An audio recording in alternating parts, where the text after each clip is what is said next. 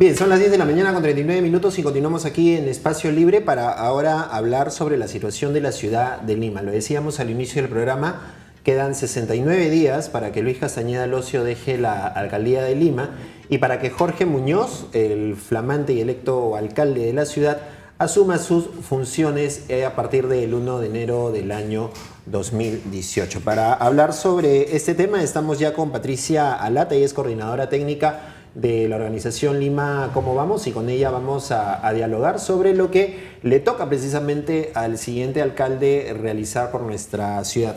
Patricia, ¿qué tal? ¿Cómo está? Bienvenida. Muy bien, muchas gracias por la invitación. Bien, ustedes sacan constantemente una serie de informes respecto a la calidad de vida de los limeños, las circunstancias que hay que trabajar sobre la ciudad. Un poco, ¿cuál es el análisis que dejan estos 4 años de gestión de Luis Castañeda?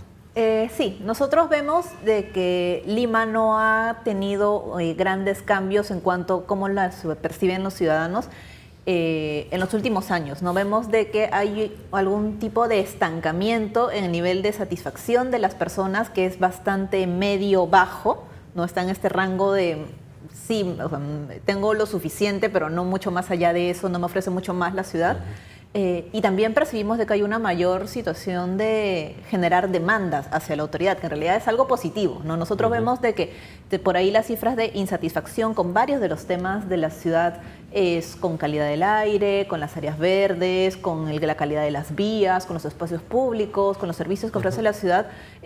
Puede haber algunos incrementos de insatisfacciones, pero esa sensación de insatisfacción para nosotros también es positivo en el sentido de que el ciudadano ya se siente en el derecho de tener algo mucho mejor, ¿no? A tener algo más. Entonces eso es bueno porque tenemos una ciudadanía mucho más crítica.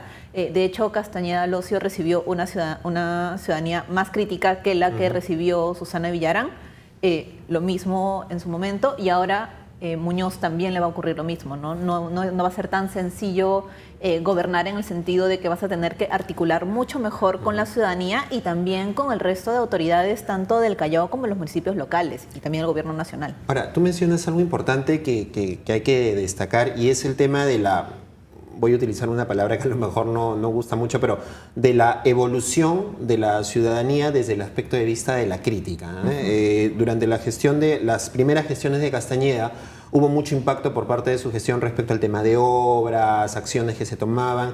Viene el gobierno de Villarán, las obras disminuyen, se dedica más bien a un tema de trabajar por un asunto de mejorar precisamente esto que indica los informes de la calidad de vida, pero hubo mucha crítica de la prensa que también fue parte de la crítica de la ciudadanía, y más bien con esa gestión de Castañeda la prensa se mantuvo un poco tranquila al comienzo, pero fue la ciudadanía la que más bien fue creciendo su nivel de crítica.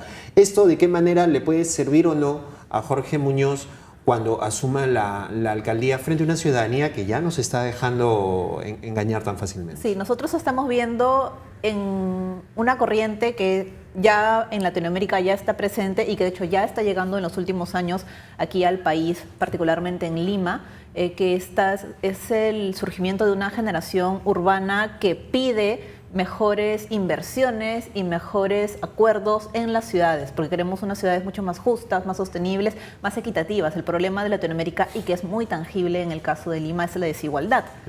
Y que justamente eso es algo que las siguientes autoridades municipales, de hecho el alcalde Muñoz tendrá una gran parte de la responsabilidad, pero también es algo que le va a tocar lidiar a los otros 42 alcaldes de Lima y también los de Callao y del resto del país.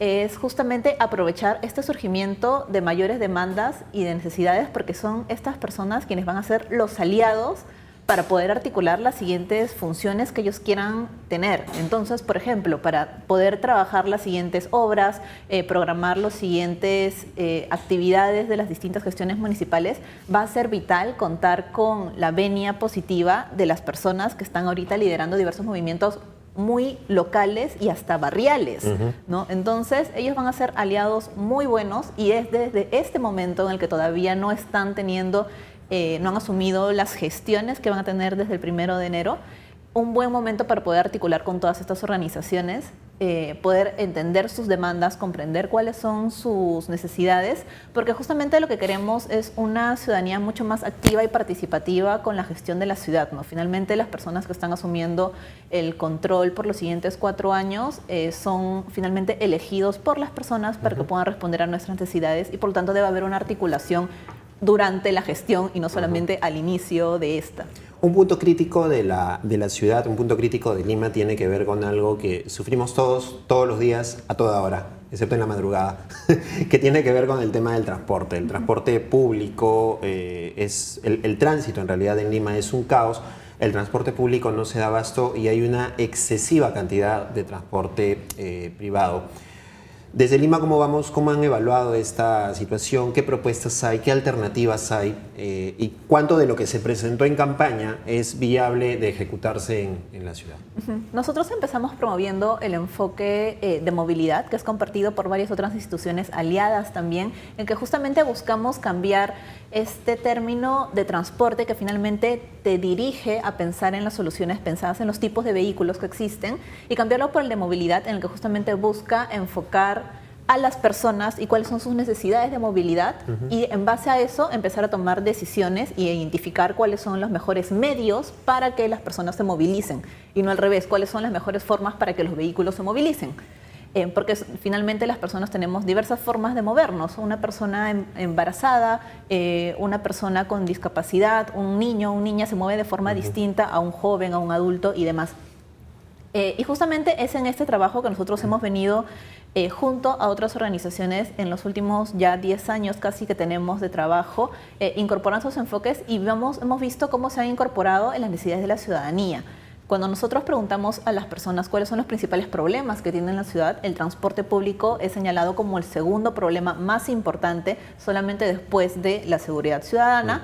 Y de hecho tienen muchas vinculaciones el término la seguridad con el transporte público, porque finalmente, y el espacio público en sí mismo también, porque finalmente hemos visto, por ejemplo, en términos de violencia hacia las mujeres, de que es un porcentaje similar las mujeres que son violentadas en los vehículos motorizados, en el transporte público, que reciben acoso, es casi el mismo porcentaje que el que recibes en las calles. Entonces también, y lo mismo, los números de fallecidos que hay diariamente, al menos una persona muere en Lima cada día por un siniestro vial, y es una cifra absurda. Es absurdo que las personas estén muriendo en nuestras calles de una forma tan ridícula, en el sentido de que son muertes totalmente previsibles, y eso es previsible teniendo un buen diseño de la ciudad. Y por lo tanto es un tema que es muy importante, pero que debemos de empezar a trabajar justamente viendo cuáles son las necesidades de movilidad de las personas. Como mencionabas, el transporte público es vital, ponerlo como prioridad. Más del 70% de personas se movilizan en algún tipo de transporte público. Tenemos que articular nuestros diversos sistemas que tenemos en este momento, el Metro de Lima, los corredores complementarios, el metropolitano, y articularlo también con los buses tradicionales y otros tipos de movilidad que en este momento están siendo perseguidos y a veces son dejados de lado, como son el uso de las mototaxis y de los colectivos. Claro, y que cumplen una función también en zonas de la periferia donde estos buses enormes no pueden llegar. Exactamente, y que son muy importantes porque finalmente estamos hablando de zonas donde lamentablemente la ciudad ha tenido un gran pendiente con estas zonas, y que muchas de las personas que viven ahí tienen muchas necesidades económicas y sociales también, y que su derecho de acceso a trabajo digno, a educación, a salud, a entretenimiento, está limitado por el transporte público, que no es de calidad y que no les permite tener un viaje accesible, y por lo tanto el uso de los mototaxis, de los colectivos, de hecho es mayor que el metropolitano, que el Metro de Lima, que los corredores. Entonces tenemos que tomar en cuenta al momento de planificar la ciudad también estos otros modos que son justamente una consecuencia de cómo hemos estado teniendo la ciudad en los últimos años. Y finalmente, Patricia, el tema de la infraestructura de movilidad, o lo que conocemos como infraestructura de transporte, el tema de las pistas, bypasses, ciclovías, paseos peatonales, que también son importantes, deberían estar estructurados también, ¿no? Porque a mí me alucina, por ejemplo, la Municipalidad de Lima ha presentado ayer o hoy día en la mañana un video de que ya están terminando de arreglar la avenida Pedro Miota y la antigua Panamericana, que va a servir para llegar a la zona donde se van a desarrollar los Panamericanos. Y hablan de una zona para transporte y una zona de ciclovías, pero es una ciclovía que tú llegas a la Panamericana Sur y se acaba. O sea, no hay una conexión tampoco para que este tipo de movilidad funcione, ¿no? El nivel de infraestructura también debería estar articulado. Totalmente, y es justamente esa infraestructura, esas obras que son necesarias en la ciudad, no es de que en la ciudad tenemos las obras completas, de hecho es necesario invertir en ellas, pero tienen que responder a un diseño urbano pensado y planificado, ¿no? Y es justamente ese es un pendiente que tenemos en la ciudad, que justamente estamos generando obras que pensamos que pueden solucionar un problema, pero no hemos probado las distintas alternativas a ver cuál es la mejor.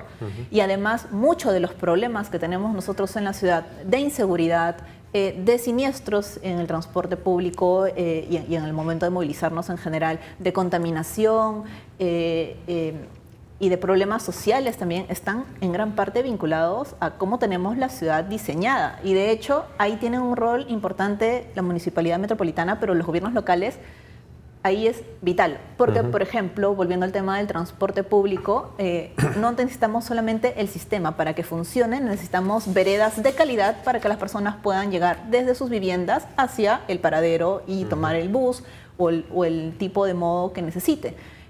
Y si no tenemos esas veredas de calidad, el viaje de una gran cantidad de personas está siendo imposibilitado.